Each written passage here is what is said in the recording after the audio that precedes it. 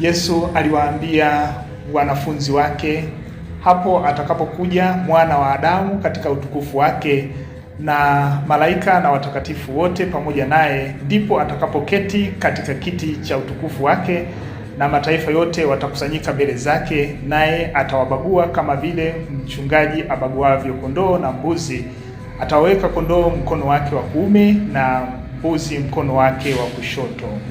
Kisha mfalme atawaambia wale walioko mkono wake wa kuume, Njooni mliobarikiwa na Baba yangu, urithini ufalme mliowekewa tayari tangu kuumbwa kwa ulimwengu.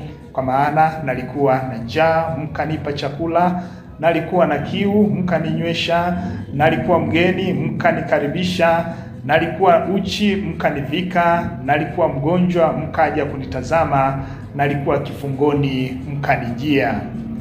Ndipo wenye haki watakapomjibu wakisema, Bwana, ni lini tulipokuona una njaa tukakukaribisha, au una kiu tukakunywesha? Tena ni lini tulipokuona mgeni tukakukaribisha, au uchi tukakuvika? Ni lini tena tulipokuona mgonjwa au kifungoni tukakujia? Na mfalme atajibu akiwaambia, Amini nawaambia, kadiri mlivyomtendea mmojawapo wa hao ndugu zangu walio wadogo, mlinitendea mimi. Kisha atawaambia wale walioko mkono wake wa kushoto, Ondokeni kwangu mliolaaniwa, mwende katika moto wa milele uliowekewa tayari Ibilisi na malaika zake. Kwa maana nalikuwa na njaa, msinipe chakula; nalikuwa na kiu, msininyweshe; nalikuwa mgeni, msinikaribishe; nalikuwa uchi, msinivike; nalikuwa mgonjwa na kifungoni, msije kunitazama.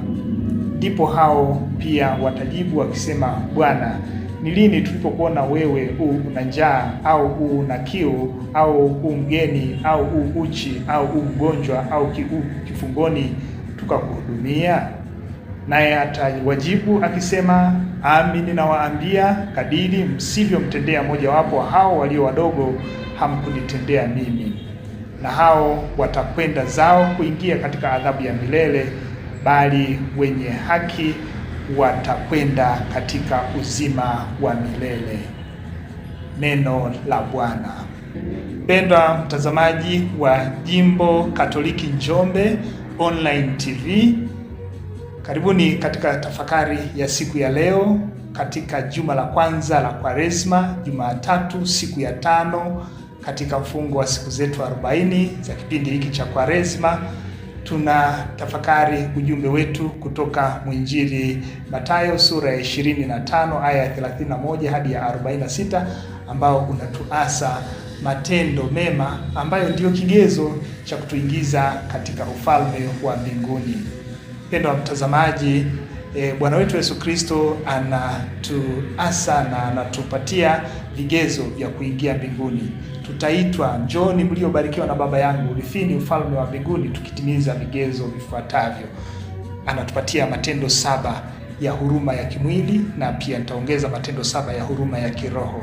Anatuambia matendo hayo ambayo yanatukaribisha katika uzima wa milele, au yanatustahilisha kuingia katika uzima wa milele, ni kuwalisha wenye njaa, kuwanywesha wenye kiu, kuwavika walio uchi, kuwakaribisha wasio na nyumba, kuwatembelea wagonjwa, kuwatembelea wafungwa na kuzika wafu.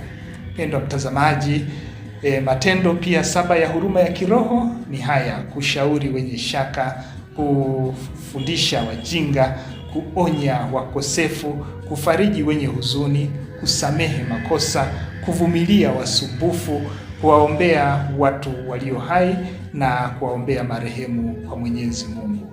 Hayo ni matendo 7 ya huruma ya kimwili ambayo tumeyaona katika Injili tuliyoisikia, lakini pia matendo 7 ya huruma ya kiroho ambayo tumeyaona.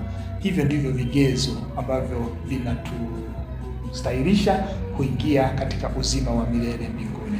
Mpendwa mtazamaji, tupo katika kipindi cha Kwaresma. Tunahamasishwa kutenda matendo yaliyo mema, tunahamasishwa kusali, tunahamasishwa kufunga, tunahamasishwa kujitoa sadaka kwa ajili ya wahitaji mbalimbali. Kristo anatupatia vigezo kama hivyo. na tunapoongozwa pia na ujumbe wa Kwaresma wa mwaka huu ambao umetolewa na Baraza la Maaskofu kwamba ndugu, msichoke kutenda mema. Matendo mema haya ndiyo tuliyoyasikia katika ujumbe wetu. Basi shime, pendwa mtazamaji, tuchangamkie fursa hiyo ili basi tusije tukaukosa uzima wa milele. Tumuombe Bwana wetu Yesu Kristo atuongoze tutende yaliyo mema, ili siku moja tuweze kualikwa, njoni mliobarikiwa na Baba yangu, urithini ufalme wa mbinguni mliowekewa tayari tangu kuumbwa kwa ulimwengu. Tumsifu Yesu Kristo.